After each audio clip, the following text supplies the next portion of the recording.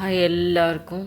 நான் வந்து கேப்சிகம் கறி வந்து பண்ண போகிறேன். இது நல்லா டிஃப்ரெண்ட்டாக இருக்கும். கேப்சிகம் வந்து இது வந்து க்யூப் மாதிரி கட் பண்ணிவிட்டு, வெங்காயத்தையும் இதுமாதிரி க்யூபாக கட் பண்ணணும்.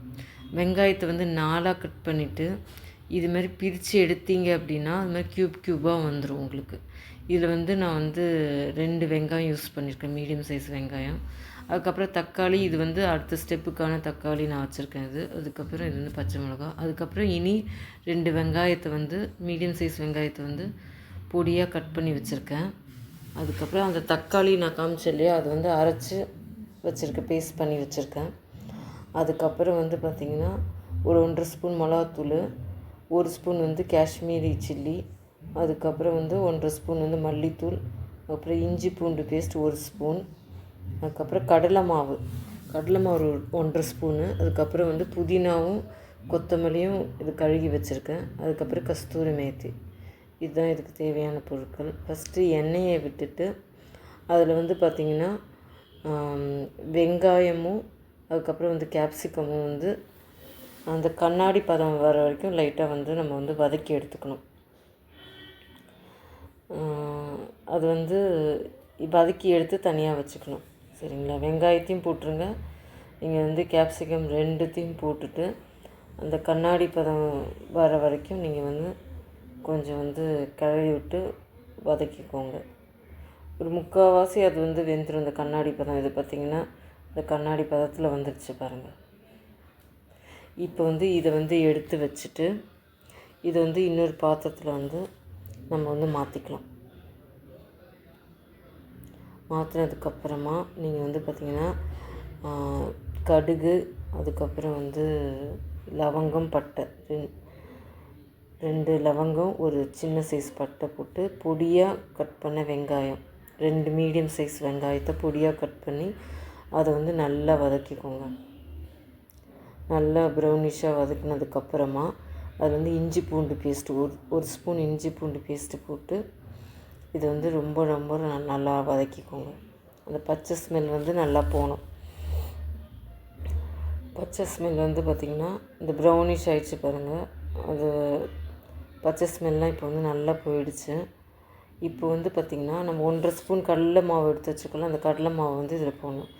இதுக்கு வந்து ஸ்பெஷலே வந்து இந்த கடலை மாவு தான். நார்த் இந்தியன் டிஷ்னால் அது கடலை மாவு வந்து அவங்க எல்லாத்துக்குமே யூஸ் பண்ணுவாங்க. இது எண்ணெயிலே கொஞ்சம் பொரியும்னால உங்களுக்கு வந்து ஒரு ஸ்மெல்லோ ஒரு மாதிரியோ அது மாதிரிலாம் எதுவுமே இருக்காது, நல்லாயிருக்கும். அது வந்து எண்ணெயிலே நல்லா வந்து வதக்கி விட்டுக்கோங்க. அதுக்கப்புறம் வந்துட்டு பார்த்திங்கன்னா தக்காளி, அந்த 3 தக்காளி வந்து அரைச்சி வச்சுருக்கலாம், அதை வந்து இதில் மிக்ஸ் பண்ணிக்கோங்க. இது பார்த்திங்கன்னா அந்த தக்காளி வந்து நல்லா மிக்ஸ் பண்ணி விட்டுட்டு அந்த பச்சை ஸ்மெல் போகணும். மூடி வச்சுக்கோங்க. மூடி வச்சு அந்த பச்சை ஸ்மெல் போனதுக்கப்புறமா அங்கே பாருங்கள் எண்ணெயெல்லாம் பிரிஞ்சு வந்து தெரியுதுங்களா? அந்த டைமில் வந்து பார்த்திங்கன்னா மிளகாத்தூள் போட்டுக்கோங்க. 1 டீஸ்பூன் மிளகாத்தூள், 1 டீஸ்பூன் வந்து காஷ்மீரி சில்லி பவுடர், அதுக்கப்புறம் வந்து பார்த்திங்கன்னா மல்லித்தூள் 1.5 ஸ்பூன். இது வந்து நல்லா கலந்து விட்டுக்கோங்க. இது வந்து பார்த்திங்கன்னா அந்த பச்சை ஸ்மெல் வந்து போகணும். பச்சை ஸ்மெல் போகிற வரைக்கும் ஒரு 2 நிமிஷம் வந்து நல்லா வதக்குங்க. வதக்கும் போதே உங்களுக்கு வந்து அந்த பச்சை ஸ்மெல் வந்து போயிடும். பச்சை ஸ்மெல் போயிட்டு ஒரு 1/4 கிளாஸ் தண்ணியை ஊற்றி நல்லா அந்த பச்சை ஸ்மெல் போனதுக்கப்புறமா ஒரு 1/4 கிளாஸ் தண்ணியை ஊற்றி நல்லா கிளறி விட்டுக்கோங்க.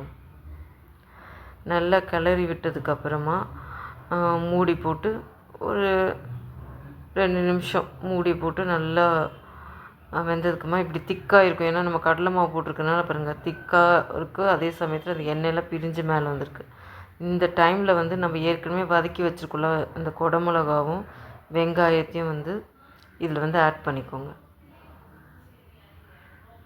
ஆட் பண்ணிட்டு இதில் உப்பு கொஞ்சம் சரி பார்த்துக்கோங்க, எப்படி இருக்குதுன்னு சொல்லிட்டு உப்பு போட்டு கொஞ்சம் சரி பார்த்துக்கோங்க. நல்லா வதக்கி விடுங்க. நல்லா வதக்கி விட இதுவும் கொஞ்சம் வேகும். ஏற்கனவே இது 3/4 பதம் வெந்திருக்கு. நீங்கள் வந்து நல்லா வதக்கி விட இதுவும் கொஞ்சம் அப்படியே வேகும். ஸோ இது பாருங்கள் எப்படி இருக்குது பாருங்கள். அப்போ வந்து ஒரு நிமிஷம் நல்லா வந்து மூடி வச்சு வேக வச்சுருங்க. அதுக்கப்புறமா இது வந்து பார்த்திங்கன்னா கொஞ்சம் கொத்தமல்லியும் புதினாவும் அதில் போட்டு மிக்ஸ் பண்ணி விட்டுக்கோங்க. நிறைய பேர் மிக்ஸ் பண்ண மாட்டாங்க. மிக்ஸ் பண்ணால் தான் ஸ்மெல் வந்து நல்லா இறங்கும். அதுக்கப்புறமா வந்து கஸ்தூரி மேத்தியை நல்லா கையில் வந்து நல்லா தேய்ச்சி அப்படியே தூவி விட்டுக்கோங்க. ஸோ இதுக்கு வந்து அந்த கஸ்தூரி மேத்தி தான் வந்து ஸ்மெல்லு. மசாலா ஸ்மெல்லை விட அந்த கஸ்தூரி மேத்தி தான் ஹைலைட்டாக நிற்கும் அதில். இது வந்து பூரி, சப்பாத்தி இதுக்கு எல்லாத்துக்கும் நல்லாயிருக்கும், டேஸ்ட்டாகவும் இருக்கும்.